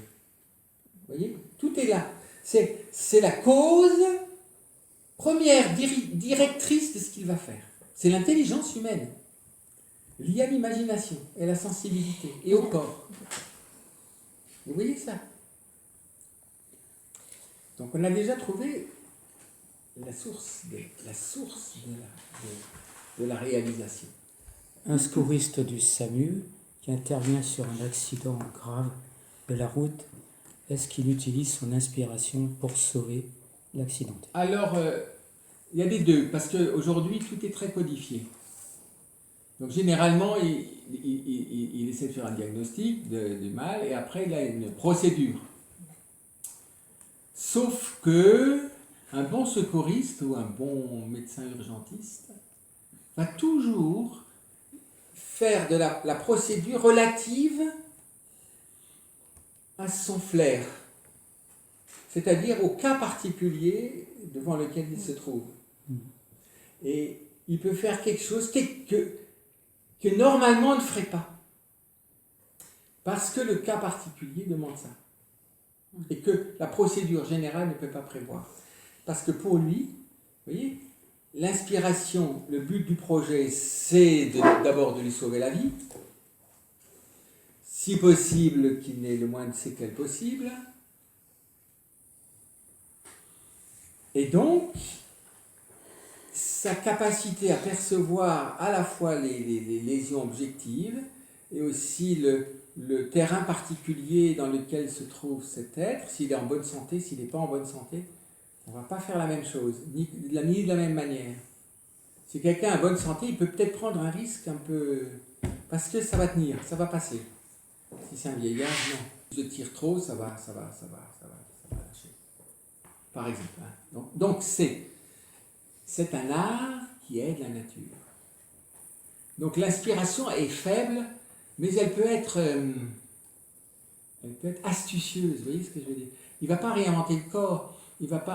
Mais il peut être astucieux pour faire des suppléances, pour penser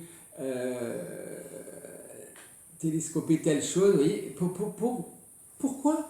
D'abord pour sauver la vie, deuxièmement pour les rendre de plus grands degrés d'autonomie. De la même manière, par exemple, pour un enfant difficile. Quand un enfant va bien, vous n'avez pas besoin, vous utilisez les méthodes conventionnelles, en gros, enfin, je ne sais pas si... En gros, ça marche. Pas très bien, mais ça marche, disons. Mais quand un enfant a telle ou telle difficulté, je vais devoir chercher une inspiration. Qu'est-ce que je peux faire? Comment je peux m'y prendre? Par quel bout je vais m'y prendre? Par exemple, un enfant qui ne s'intéresse à rien. S'il ne s'intéresse à rien, vous ne pouvez rien faire avec quelqu'un qui ne s'intéresse à rien. Donc, or, il doit bien pouvoir se réveiller. Comment peut-il se réveiller? Alors, vous pouvez essayer de le réveiller avec des coups. Ça, c'était la méthode ancienne. Le martinet, des coups sur les doigts, vous tirez les cheveux, là, au-dessus des oreilles. Bon, c'est interdit tout ça aujourd'hui. Donc, il faut être plus artiste qu'autrefois. Parce qu'à force d'être matraqué, certains se réveillaient, bon an, mal an. Mais aujourd'hui, on ne peut plus faire ça. Donc, c'est là que vous allez trouver celui qui a un vrai génie éducatif. Et c'est là que vous voyez. C'est pas le truc de base qui applique son machin, qui dit son programme et qui va. Bon, de toute façon, non, il n'arrive pas, c'est un mauvais élève, il n'y a rien à faire. Un vrai artiste, si je veux dire, éducatif, il va essayer de chercher. Il va essayer de connaître l'enfant, bien le connaître, qu'est-ce qui l'intéresse, voilà, avoir un vrai contact avec lui, toucher ce qu'il fait vivre, essayer de toucher son cœur, réveiller un peu d'amour. Avec ça, la situation. Mais vous voyez, vous ne pouvez pas le codifier, ça. C'est l'art, ça. Et vous allez trouver, tiens, regarde, on va faire ça. Et vous pouvez des fois découvrir que se produit un vrai déclic chez quelqu'un. Et avant, il était amorphe et nul, et maintenant, il est vivant et je vois son intelligence. Et qui n'était peut-être pas du tout l'intelligence scolaire qui fait que le système scolaire est tellement lointain ou tellement inadapté qu'il ne pouvait rien faire là-dedans, rien. Mais quelqu'un qui a l'audace de chercher plus en fonction de la personne qu'en fonction du programme, eh bien, il va te faire une merveille. Il va réussir à trouver la clé du réveil de l'intelligence, du cœur, et qui fait que cet enfant peut démarrer. Mais c'est l'art, ça. Oui. C'est le mot cœur, intelligence du cœur. C'est là. On n'est plus dans l'intelligence. Non, mais. Oui. Non, parce que j'ai le soleil. Il faut que je réveille un peu d'amour. Parce que si quelqu'un n'aime rien, vous ne pouvez rien faire. Si le cœur n'est pas un peu éveillé, donc s'il n'aime rien, autre chose est de faire jouer tout le temps l'enfant. C'est pas la même, c'est la caricature. Ouais. Pensant qu'en jouant, on va travailler. Non. Mais il faut qu'il l'aime. Il faut qu'il y ait un certain amour.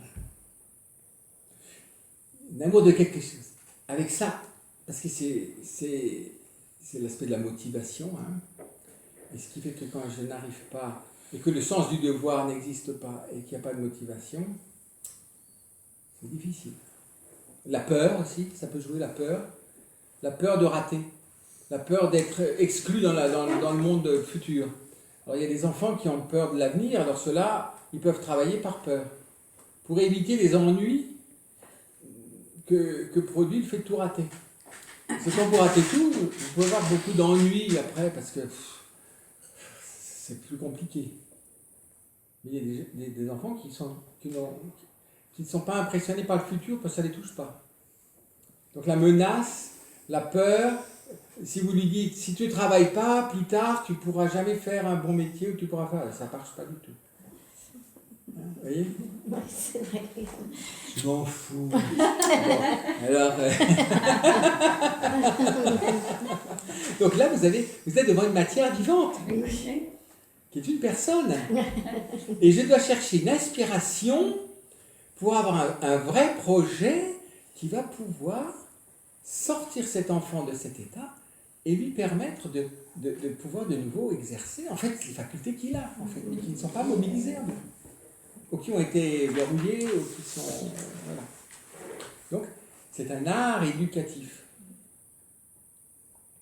C'est pour ça que quand on fait seulement des concours, après ça vous êtes prof, et puis les 3 stages là, que vous faites, avec un maître de stage, bon, on peut apprendre peut-être des choses, mais vous voyez, après, c'est comme en médecine d'ailleurs, il y a des dispositions. Il y a des dispositions d'éducateurs incroyables. C'est vraiment des artistes de l'éducation. je sais pas, un Jean Bosco, ou quelqu'un comme ça. Voilà, ils ont, mais c'est pas l'orthodoxie du catéchisme qui est en cause. C'est comment mobiliser ces enfants qui étaient tous... bien entendu, là, il va les instruire, mais il aura réussi à les réveiller. Et c'est un art. C'est des arts au service de la nature. Parce que l'homme est naturel, vous voyez ce que je veux dire? La matière quand j'éduque quelqu'un, c'est pas moi qui l'ai fait, c'est pas artificiel, c'est naturel, vous voyez? Je dois être au service de la nature. Je ne vais pas changer sa nature, mais je vais être au service de sa nature, comme la médecine. Et normalement, la médecine ne change pas l'homme. C'est pour ça qu'un acte médical qui n'est pas en rapport avec le corps humain, dans sa finalité, n'est pas un acte médical. La contraception n'est pas un acte médical. Ça n'a rien à voir avec la médecine. C'est une technique biologique qui modifie le corps humain. Mais ça n'a rien à voir avec la médecine. C'est typique. J'artificialise le corps. Je devance. Mais je le détourne de ça. Non seulement je ne le mets pas en bonne santé, mais je le bloque. Je vais vous amuser. Je le bloque. C'est un exemple.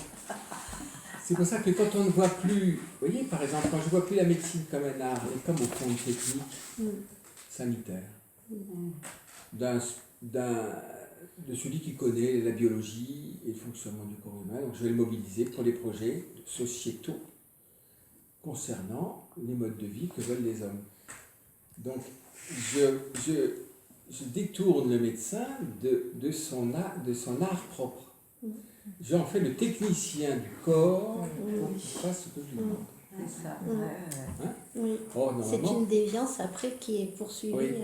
Mais c'est un défaut. Mais je ne vois plus vraiment la pleine profondeur de ce qu'on appelait l'art médical. L'art médical. Pourquoi c'est un art médical? Parce que c'est un art éducatif. Oui. Au fond, l'enseignement, on met plus l'accent sur les programmes et le contenu que sur l'art éducatif. On peut présumer que les programmes sont en rapport avec la maturation de l'être humain et tout ça. Bon.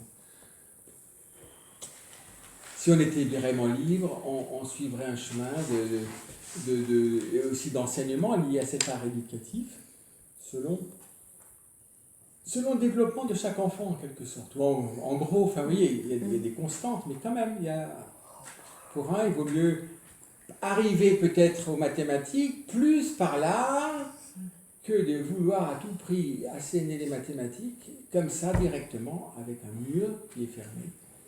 Et que, voilà, il y a peut-être un autre chemin. Première cause exemplaire. Oui, mais cause première, c'est plus général. La cause première, dans les différentes exprès, c'est un principe. C'est pas la cause, c'est un principe. C'est le principe de l'œuvre d'art. C'est ça qui est ce qui est premier par rapport à la réalisation humaine. À une œuvre fabriquée, si j'ose dire. C'est un principe.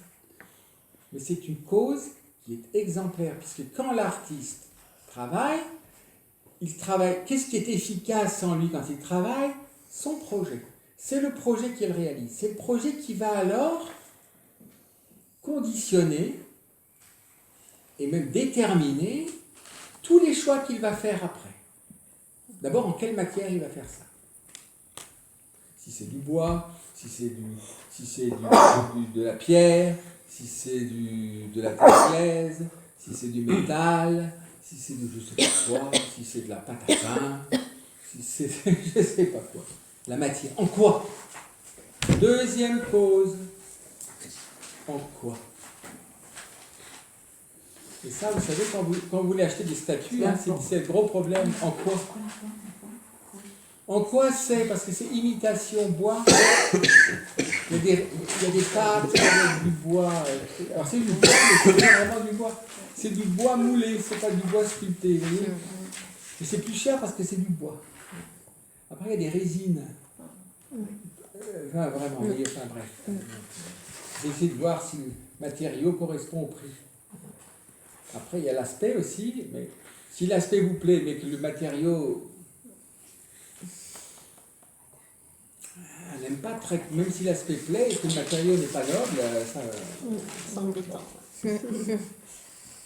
Alors le matériau emblématique, vous savez, pour les hôtels et tout ça, c'était le marbre. Le vrai marbre, le faux marbre. Donc c'est du plâtre peint avec des trempes. Et aussi le stuc, qui est de la poudre de marbre qu'on se peut. Après, donc il donne une apparence de marbre, plus de marbre que la peinture. On imite le faux marbre. Hein? Vous voyez, tout ça c'est... En quoi je vais faire ce projet?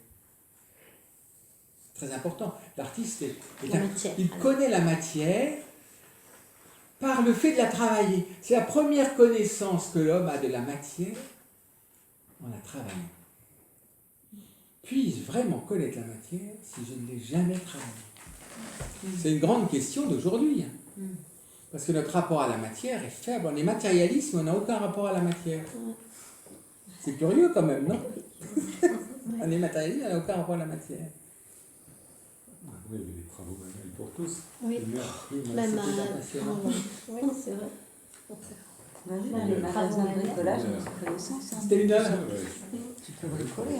Tout le monde peut faire des tas de choses chez lui. Oui, c'était des trucs très secondaires, ce qui pourtant, si on y réfléchit, serait peut-être plus important qu'on pense. Oui.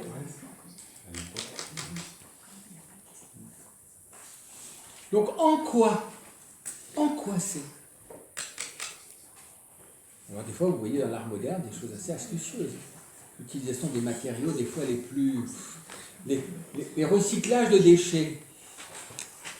Des œuvres faites avec du papier de récupération. Hein, ça existe, ça. Avec du vieux métal tordu. On fait des sacs en chambre à air maintenant. Voilà. Des trucs, beaucoup de choses en C'est chambre à vrai. air. Ah oui. Il y a tellement de déchets de pneus, Bah oui. de Voilà. voitures. Ça, c'est vrai. Et ça se vend très cher en plus. C'est vrai. Parce que c'est des grands. Mais du vrai caoutchouc ou du caoutchouc C'est du synthétique? machin raide là, comme les chambres à air. Hein. Mais chambre à air, c'est mou. Bah oui, mais c'est pas très. Je sais pas. Par rapport au cuir, Ah la ouais. souplesse du cuir, le tissu, là, on fait des sacs, des choses dedans. Bientôt des robes. Et alors, vous voyez aussi, l'imitation du cuir, vous voyez? C'est une œuvre d'art, normalement. Donc, vous voyez, projet, tout de suite, en quoi? Parce qu'un projet va vouloir s'incarner. Le projet est du côté de la forme. C'est la Et l'incarnation est du côté de la matière. Donc, il est morphée. Oui. Morphée en grec, c'est la forme. Oulé, c'est le bois, qui signifie aussi la matière. Ouléformisme, uléformisme, iléformisme. Vous savez, quand on parle de l'aristotélisme, on dit c'est l'iléformisme. Donc, qu'est-ce qui va frapper les gens? C'est cette découverte très fondamentale des deux causes foncières. La cause exemplaire qui est une forme, qui veut s'incarner dans une matière. Quand vous réalisez votre projet, c'est une forme que vous allez incarner dans la matière, graver dans la matière. Vous savez, Job dit ça au chapitre 19. Il faudrait graver ça sur la pierre. L'espérance de la résurrection et que je le verrai face à face et qu'il sera moi, que de mes yeux je verrai Dieu. Tout. Gravé dans la pierre. Pierre, matière. Ce qu'on va graver, c'est la forme. Et avec quoi on va graver? Parce que vous voyez qu'après, il faut trouver de quoi graver. Une chose est d'incarner la matière, mais comment vous allez incarner la matière? Par un processus efficace. Pour que la matière puisse imprimer dans la matière ce projet, qui est une forme, Il faut un procédé efficace.